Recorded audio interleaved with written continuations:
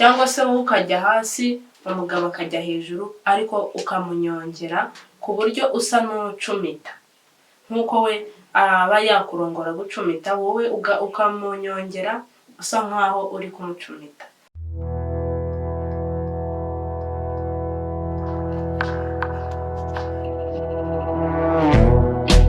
Muraho neza abakunzi bacu, twagarutse nanone kugira ngo twongere tuganire ku bindi bitekerezo, dusubiza ibindi bibazo by'abantu baba bibaza kenshi, kugira ngo buri wese abone igisubizo. Bibutsa ko ari Tuza Official hamwe na Shangazi Nyirarukundo Dative.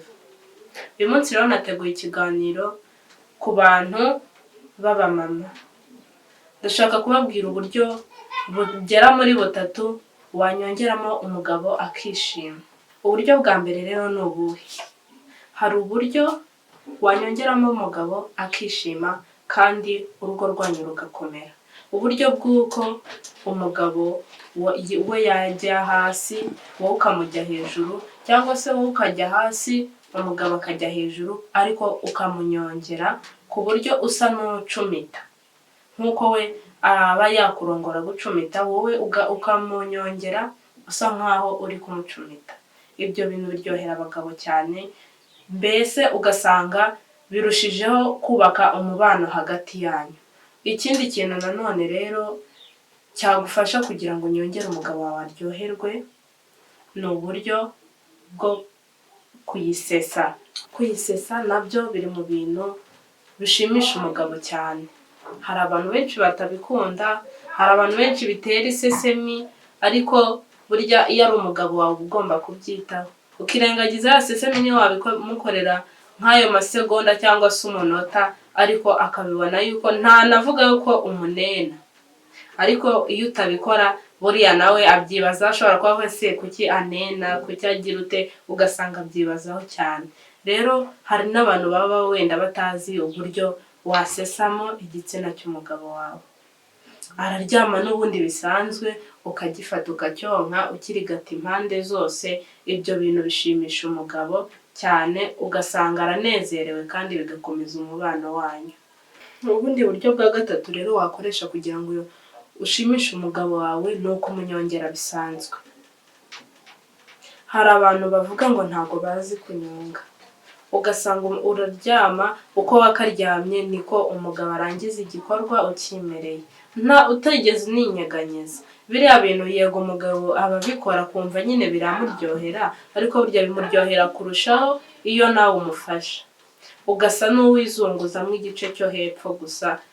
Nubwo hari uvuga ati aba ndi hejuru mba numva mvunika, mba numva bimbangamiye, abanshyizeho ibiro byinshi, ugasanga ari kwibaza ibyo ngibyo. Ibyo ntabwo ari byiza, usa n'unyeganyeza igice cyo hepfo ugikoze impande zose. Ibyo bintu bifasha umugabo cyane.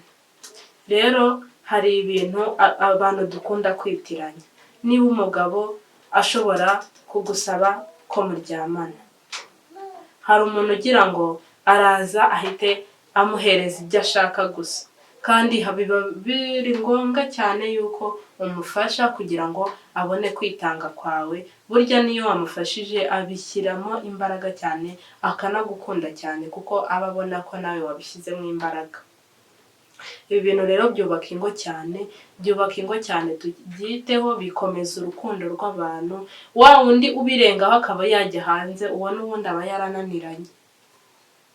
Ndizera ntashidikanya yuko wamukoreye ubwo buryo neza cyane.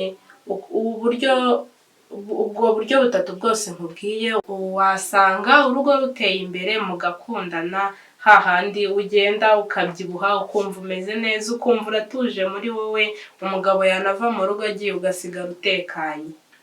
Mureke tubikurikize rero, tubigenze neza.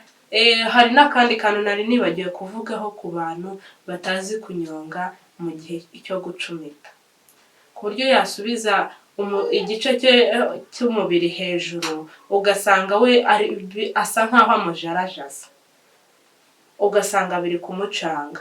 Wowe uramureka agasubira hejuru, winyeganyeza ari uko yamanutse hasi.